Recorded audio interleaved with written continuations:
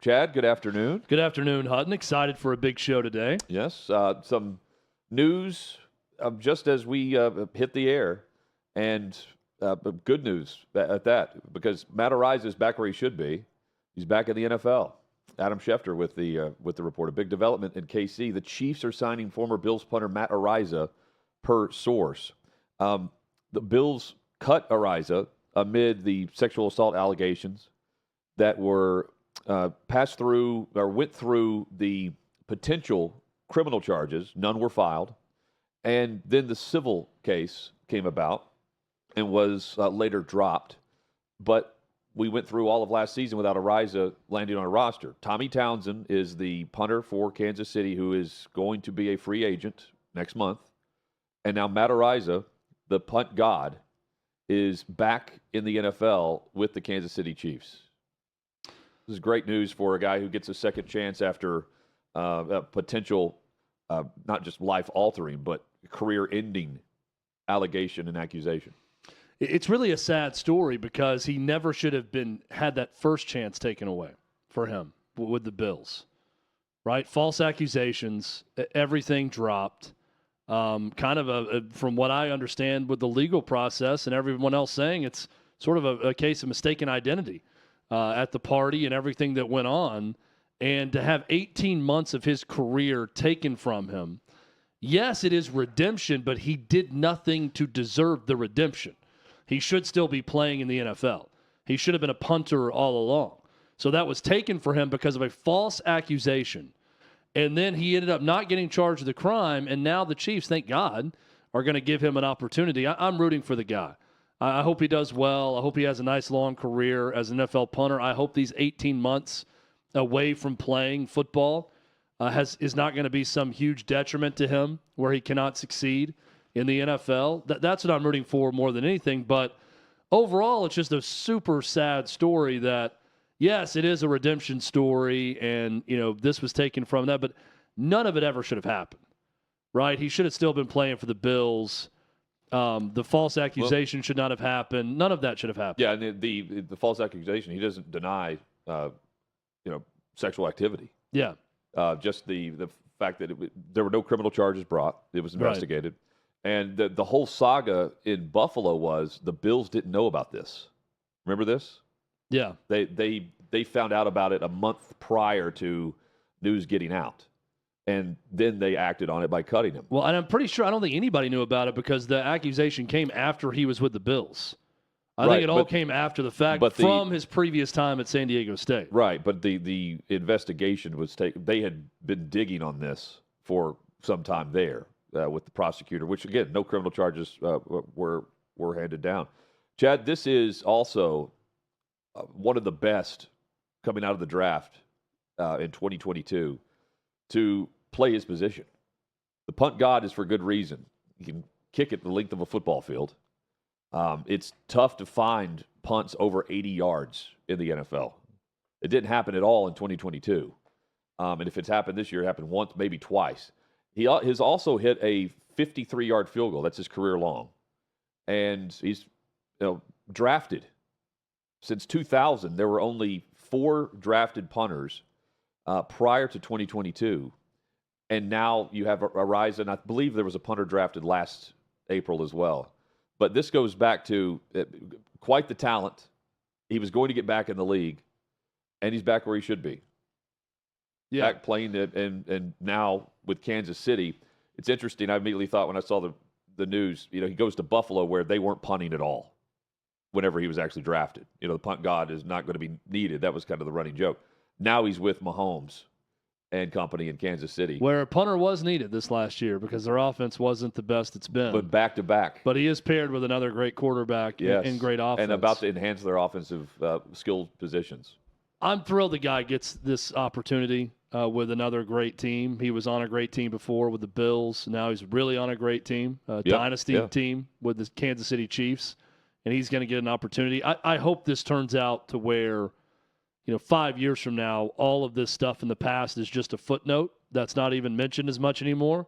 And we're talking about Matt Araiza, the all-pro punter in the NFL, and not Matt Araiza, the guy who was falsely accused of rape and then everything ended up dropped in the end. I hope that's the case for him in his future. The woman dropped her civil suit, and in return, he dropped his defamation suit. Yeah.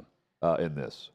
Chad, looking at the rundown here, it's missing one big headline, and that's your birthday. Oh yeah, happy birthday! Thank you, I appreciate that. That is not a big headline. Oh, let me be the first to say this. Chad, I've been walking around. This is no headline. 6th and Peabody today. Everywhere you go, everyone's wishing you a happy birthday. That's because of the ills of social media. That's the only reason people know. They feel obligated. Because I probably should take my birthday off of Facebook or wherever it is. As we see Dwight wishing me a happy birthday here from the office. Look, I am not one to celebrate my own birthday.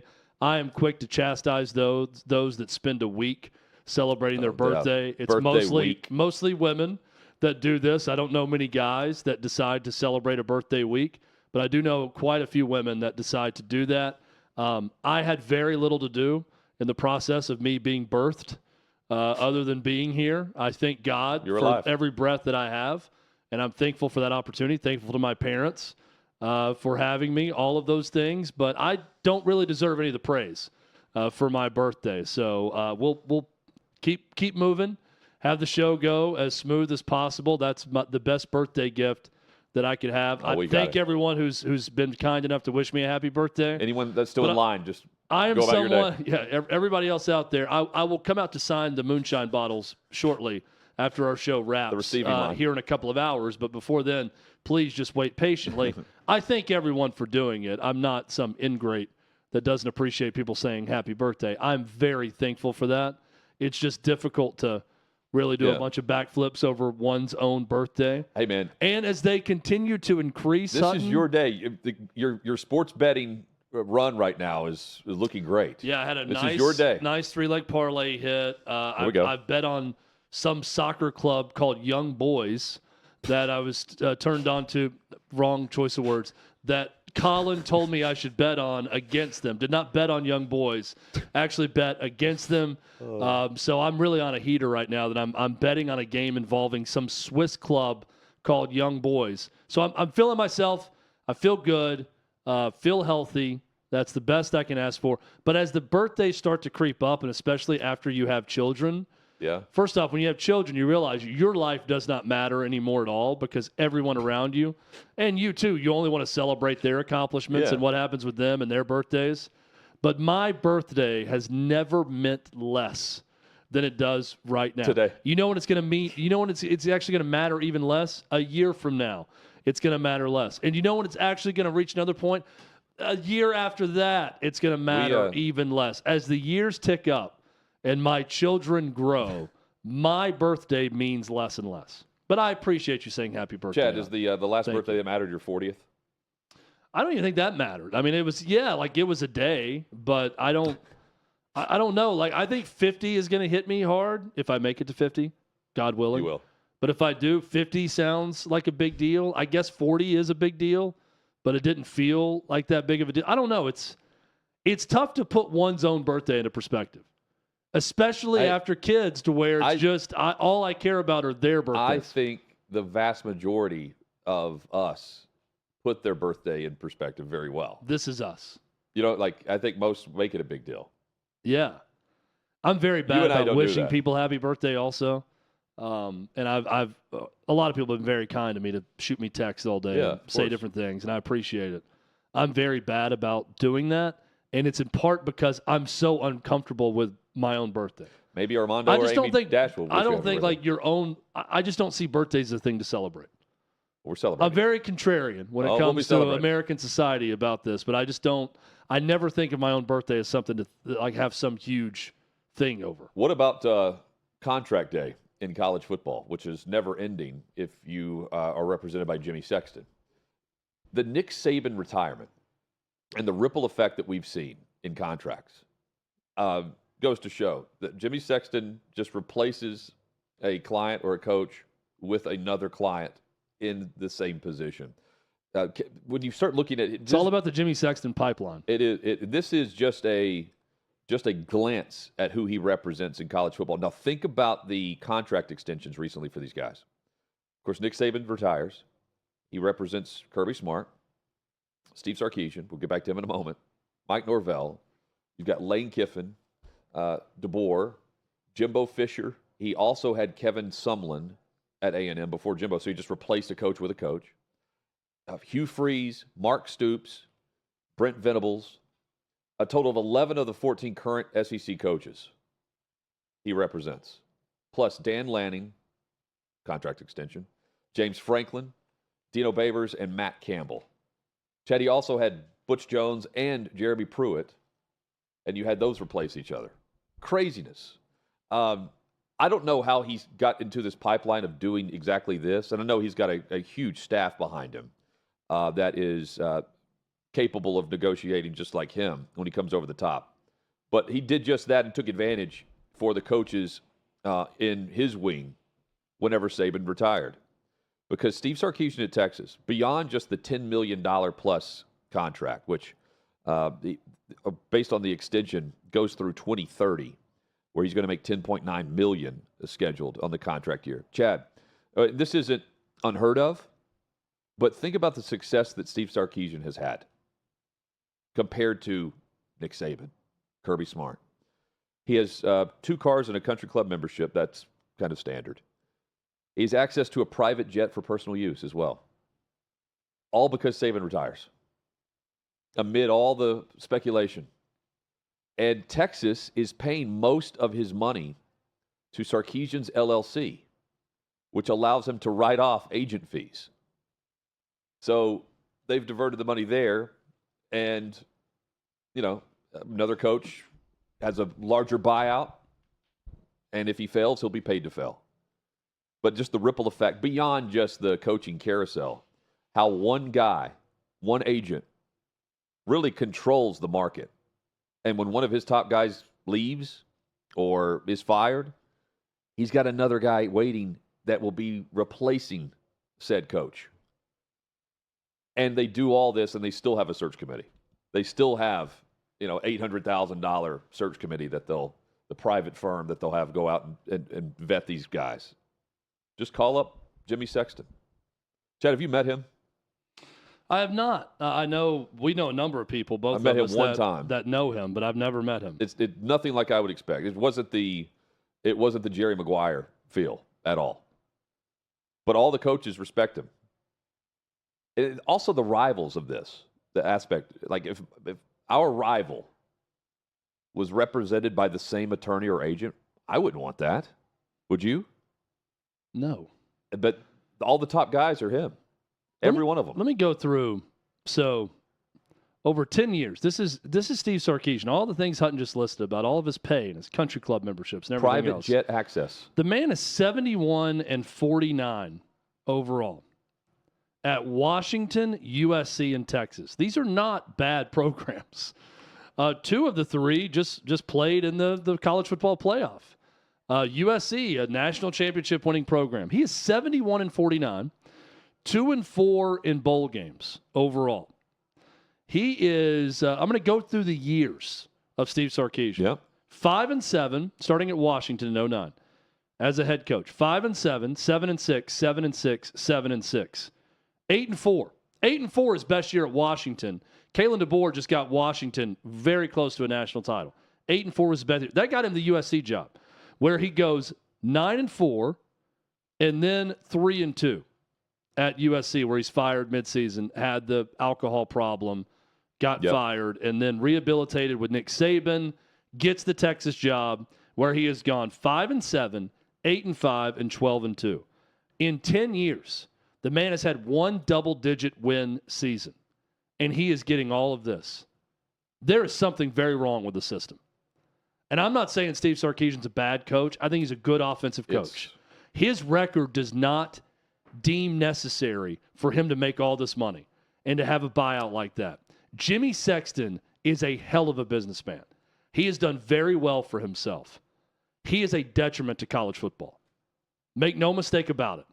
That is a problem for college football, because as this pushes out and all these coaches get paid to fail the way they do, it makes the gap and then the idea of college football and players not getting paid even more ludicrous, which has led us to this system where all the coaches are bitching about NIL and transfer portal and everything else, you're a part of the problem because you can leave when you want with no penalty and it's no issue. All of this is a problem that has been festering, and one of the root causes is Jimmy Sexton and the greed that has gone on in the coaching community and him in general, and how he is playing every single AD in America like a damn puppeteer. Well, because you know why? He is Geppetto. They can't. I mean, Right? He really is. And college football is his Pinocchio, and he's working the strings on everyone, and suddenly he gets his way. And guys like Steve Sarkisian, good dude, I'm sure, good offensive coach. There's no way Steve Sarkisian deserves what he is making right now. Mike Norvell is making $10 million plus. It's ridiculous. He's also Jimmy Sexton client. He is 18-16 at Florida State, 56-31 overall in 7 seasons as a head coach. And look, Jimmy Sexton would come back and say, "Don't hate the player, hate the game," and he's right because he is playing the game better than anyone. He also invented the game, so he's invented the game and he is mastering said game as an agent to college football coaching stars, and it's a problem overall. I'm all for American capitalism and people making as much money as they can, and you're as much as someone is willing to pay you. All those things. But let's not pretend that all this is good for the sport of college football. And I've harped on the buyout money. The buyouts have gone up in a massive way in recent years. Just look at Ed Orgeron, wins the national championship, gets the contract. He had a $16 million buyout, I believe. It was less than 20. Mm-hmm. And start looking around college football. Norvell, you've got Ryan Day. Ryan Day has a $46 million buyout based on his recent extension. So it's Jimmy Sexton. Right below him is Trace Armstrong, who has Ryan Day, Lincoln Riley, Brian Kelly, Luke Fickell, Matt Rule, and Dana Holgerson. Yeah. The top guys are represented by really 2 agents. And you don't want to play the game with them? Well, you're not going to get a coach in the pool that anyone's ever heard of because they're going to replace said coach with their client again. No, and we're never going to hear a coach admit this fact. No. And the fact is, they're a part of the problem too. Yep. Jimmy Sexton, super agent, and other super agents, a part of the college football problem. So we're going to talk about Nick Saban. I think Nick Saban is a rational, good voice for college football. But Nick Saban's not being honest here either, because if he is, he'd say, now that I'm out of it, I can admit it, made too much money, coaching salaries, and the freedom of coaches to do what they want, unlike the NFL, where you can't jump from NFL head coaching job to the other. You actually have to serve out a commitment when you sign a contract, and we never have to do that in college. Boy, that might be setting a bad example for these players that we all sit around and bitch about because they want to transfer after a year, and all they're doing is really following our lead on that because we're getting raises or we're leaving if we're not getting the money we want at a certain place. There's no loyalty with that. There's no honoring contracts with coaches. And Jimmy Sexton has developed the game and has mastered it. So I don't hate Jimmy Sexton because he's making money and he's created an economy that previously didn't really exist to this level, and I'm sure coaches love him for it. But let's be completely intellectually honest about what's happening here. Well, and to be fair, he too is part of the problem. To be fair to Saban, you could argue Saban is undervalued and underpaid. I don't put Saban in this. I don't put Kirby Smart in this. This is the next tier and the tier below the second shelf that are getting astronomical numbers. Yeah, Saban was never in any threat of getting fired for failing to where he'd get a buyout. Or threat of leaving for another gig. But I would like for Saban to admit now that he's no longer in the game that these buyouts for coaches that fail is ridiculous. Well, that the universities and the NCAA, hamstringing a lot of schools. The NCAA and the universities have to admit that. Yeah. They're trying to push that aside and blame the players in NIL and collectives. But see, we're going back to chicken and egg here because you just admitted it too, Hutton. It's not the coach's fault. But you just admitted it too. But if they don't play the game, these big schools are never going to get any of the top coaches because they've got it set up where all these top coaches are automatically going to get a huge buyout. Where it has to change, the university must meet the buyout clause as well. You've got a $46 million buyout for Ryan Day. Texas A&M, whenever we had Billy Lucci on, he mentioned Ryan Day. Had A&M wanted to hire him, they would owe only $4.5 million. So if you want to stop this carousel of threat of guys leaving, just make sure that you're on par with the same number. Some universities will pay it. Absolutely, some can't. And, Well, if you're going to just throw out a $5 million sum and say, hey, take this coach before we have to pay him the buyout, that's ridiculous. Here's what I'm rooting for, okay? Because, again, those guys, they're going to demand what they're going to demand. They're going to get it somewhere. If not Ohio State, somewhere else. A&M. Someone's going to pay it for the top Jimmy Sexton and top super agent clients. They're just going to do it. And universities need to stop doing it. Kenny Dillingham said, and I saw Trey Wallace, quote him, said basically, like, if you want to bitch about how hard it is, yeah, it's hard. Get out. Quit if you want to. I want to see more top programs go find that guy. And I don't know if Kenny Dillingham's going to be good or not.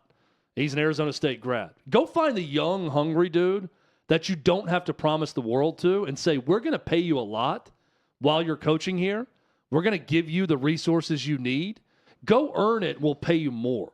But we're not going to go into this thing with some enormous buyout that's going to hamstring us for years to come. And we're not going to pay you to fail. All they have to do is look at the NFL model for how they pay their coaches. And if you identify the top coaching talent that's young and bring them in, then suddenly you might be onto something. You don't have to be LSU and go hire Brian Kelly and promise him the buyout you promised him. $60 million. You don't have to do those things anymore. If you identify contract. the right young coaching talent. Well, all you have to do is identify where you've gone off the beaten path here, and you look at what the NFL does. The NFL owners, on average, the NFL coach makes $6.6 million annually. That's it. They would barely be in the top 25 highest paid college football coaches. You know what's actually going to benefit this whole situation that we don't like right now is the partnership with the Big Ten and the SEC in a super conference in college football. Because if they collectively bargain at that point, I do think, call it collusion, whatever you want. Yeah. I think those top 40 schools could come to an agreement that you can't take our coach. It could be very NFL-like. A contract is a contract. Because you can't take a player, or at least you couldn't earlier. If you like, you couldn't go in conference. If you like Texas A&M's offensive coordinator, you can elevate them to head coach, just like in the NFL. You can interview them, but you're not going to snipe other head coaches in the top 45 programs in America, because when they sign on, and it's treated the same. That is, again, the NFL model. What were we saying about Mike Vrabel? He's under contract. So if the Patriots want to hire him, they've got to trade for him. This is what I talk about the NFL of college football all the time. That's where it could be better for everyone, that you're not going to have insane buyouts for failing, because there's more cooperation from those 40 to 50 schools that are left playing the highest level of college football. So Saban is now the voice of college football in many ways. He's the de facto commissioner. I labeled him that whenever he took the College Game Day gig. Well, at least I hope he will be. And he's saying some of the right things, and then some things he's kind of tiptoeing around to me, where he's retired, but he's willing to be a voice. He says, if my voice can bring about some meaningful change, I want to help in any way I can, because I love the players. I love college football. What we have now is not college football. Not college football as we know it. You hear somebody use the word student athlete. That doesn't exist. Now, he goes on to describe the fact that he's not really looking for a commissioner job. But I do know I'd like to impact college football the best way I can, whether it's being a spokesperson or anything else. Listen, I'm for the players. It's not that I'm not for the players. I want to see the players have a great quality of life, be able to create value for themselves. But we've gone to nobody talking about education, nobody talking about creating value for their future, and talking only about how much money can I make when I'm in college. Again, you're talking out of both sides there, Nick, because the problem is the coaching salaries. Don't overlook the 42 to 46% on average, Power 5, now Power 4, athletic budget is going to buyouts, either of coaches or administrators or staff members. Now, he does say at the end of this interview at ESPN that he doesn't feel like he's qualified to drum up the conversation and actually come up with a solution for where we are right now in this landscape. But Chad, his quote was, he mentions Greg Sankey, but also Greg Byrne, the athletic director at Alabama, where he says they're more qualified and that he's willing to lend advice, but every day I wouldn't be all in to know all the issues, is more or less what he's saying. I'm hesitant to come up with a firm solution because you don't know the consequences of the solution relative. All right, do we have to pass antitrust laws to be able to do it this way? What does it all entail? It's one thing to come up with a solution. It's another thing to implement it. I'm just here to help. I need Nick Saban to do more than just say, I'm just here to help. He's got to lead. Because if not him, I don't know which coach is going to step forward and have everyone else follow him. It's got to be him. Yeah, I struggle with this because I agree with what Nick Saban is saying for the most part. And that one part about so many college athletes are just looking for what's the top money value I can make right now and not thinking about their long-term future, whether it be professionally outside of football or in the NFL. I understand what he's saying there, and he's right. That should not become a thing. You need to look at the whole package. And there was a time where college football was, it's also a way just to go ahead and get a degree for free, and that doesn't seem to be valued at all anymore. Student athletes still exist, but not at the highest level of college football that is competing with NIL at the highest level. So, yeah, a lot of what he's saying is true. But Hutton, like you said, I struggle with it because we got to address both sides of this. And the other side is the coaching salaries have gone crazy. Buyouts have gone crazy. You're a part of this too. Coaches aren't completely innocent in all of this. You're a bit complicit in this atmosphere of wild, wild west, no restrictions, because your agent's allowed to go flirt with any school they want every year, regardless of how long your contract says you're going to be at a current school. You can go talk to recruits. You can sell them on the vision of how you're going to better their future by coming in and working there and improving as a player and going to the NFL, while also talking to other places because you want to make a little bit more money or you want to get more money out of the school that you're holding hostage at the time. So I don't want to hear about purity with all of this. I want to reach a middle ground and an understanding that both sides have gotten a little bit out of character and it's gone a little bit crazy. And maybe coaches can set the example of, I'm not just going to do everything for the highest dollar amount and do some other things that might be better for my future and show that I might take a little bit less money at some point because this is a better spot for me. And then you can easily sell that to kids also, that it shouldn't just be about the highest dollar figure. It should be about what makes sense for you. If that's going to be Nick Saban's argument, he doesn't have to live that anymore because he's no longer a coach in college. But I want to hear him say that a little bit more. Yeah. But most of what he's saying, I don't disagree with. But he says talking only about how much money can I make when I'm in college. He's describing the player. Look in the mirror at the coaches. Also, look at the conferences. If you want to talk student athlete, none of this is taken into account whenever all of the musical chairs are going on in conference realignment, period. It's a money grab, all of it, where you have the networks running the sport, and those at the highest level in college athletics are also raking in the money for their conference. Florida State is complaining about not getting their fair share. More power to them. But in their own conference, they have other student athletes that are competing.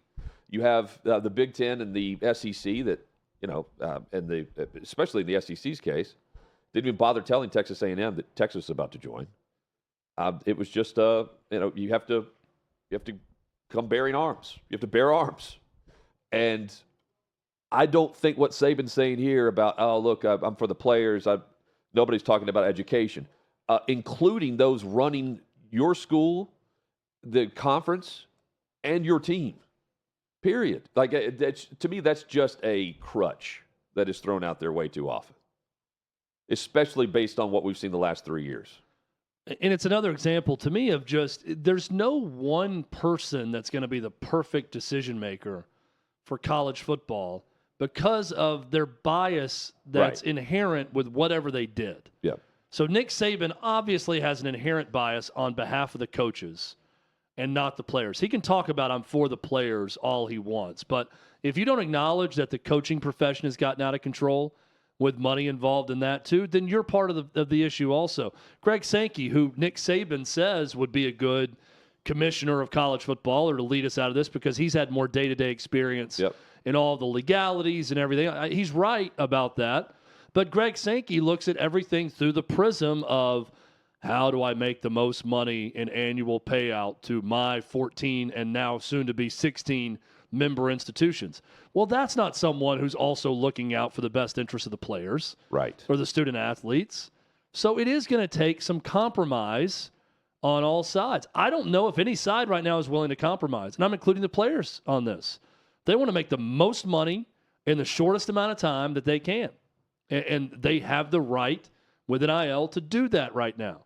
So until people really get in a room and there's a player involvement in this also, and a coaching involvement, and a commissioner involvement, and a school president involvement, and people go into this conversation with a willingness to compromise about what's best for the sport, we're going to be left with a lot of people that have got a lot of bias in it, that are talking about their side of it and their experience, and not really moving anywhere where we need to go. Hey, and I'm just random here. I thought about Kalen DeBoer at Bama, and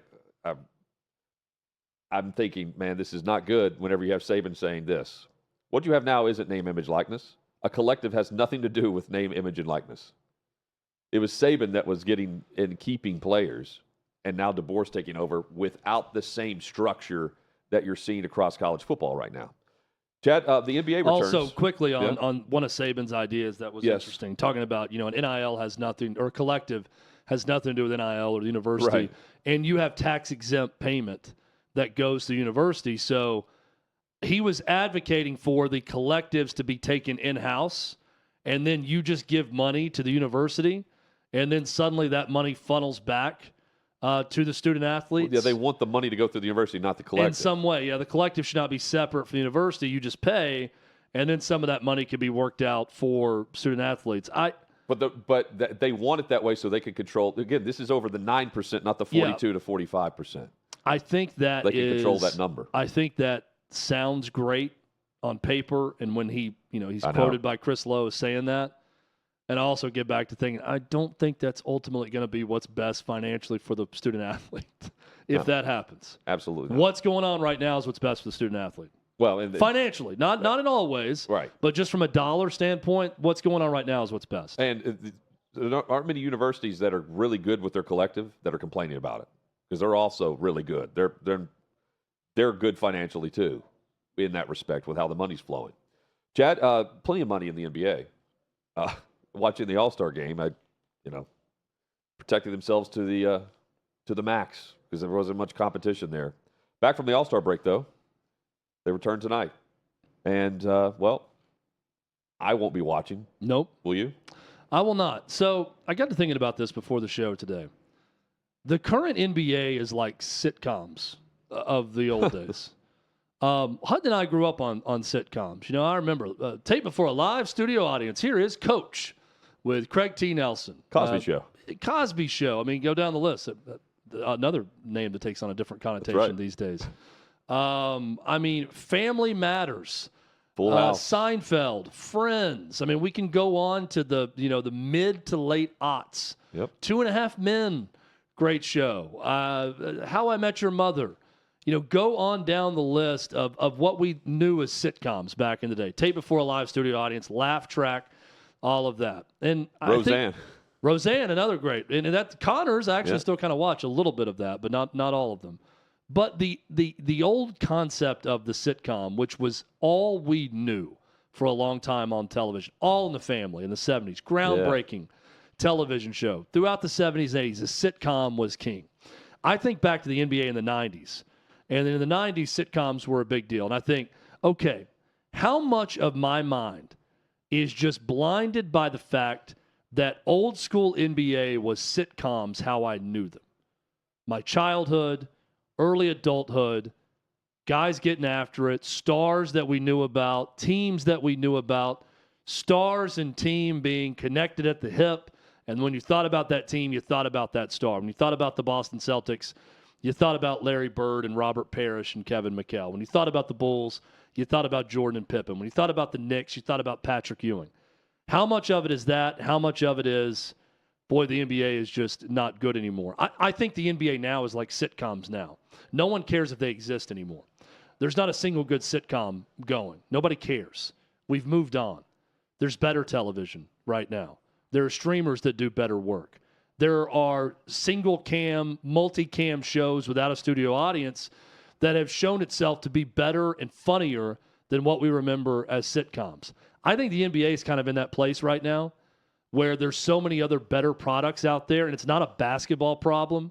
Americans still love basketball. We still watch men's college basketball. Women's college basketball has never been more popular than it is right now. We like basketball, but we like people giving it their all. Yes. And when you don't, and you don't aim to entertain, and you're only out for yourself, that becomes a problem, and you become sitcoms today, not sitcoms of the 80s and 90s, and that's what the NBA is. Much like sitcoms right now, I don't care if either exist at this point in time. I really don't. And I hate to say that because I grew up on the NBA, and I loved it, and I hope it improves. I hope there's a great sitcom again one day, too. It's not existing right now, and the same goes for the NBA. Yeah, well said. I mean, I was surprised. I don't know if you would be, with the attendance for 2024. There are roughly 10 teams that are right around 20,000 average. I was surprised by that. I am too. Now, it doesn't dip below 16,000 on average. The Hornets have the worst attendance. But in just comparing, like, the way we see some of the crowds in college basketball, right? Especially really, really bad programs, but they still have diehard fans that aren't going. In this case, it's a bad product, but you're still going. The entertainment value is different. It's a lot like an NHL game from that respect. But, yeah, 20,000, Bulls and Mavericks, highest attendance. I'm surprised. And it's a better TV product than it is in person to me, and it's a horrible TV product. I'm choosing not to watch it. It's a very specific audience right now for the NBA, and I think you're either NBA diehard, you're following everything, you're a season ticket holder, you're going to games, or you're like me and you just don't care at all. They need to raise the profile of the average observer that just wants to follow the NBA because it's there and it's winter and they're a sports fan. They need more of that.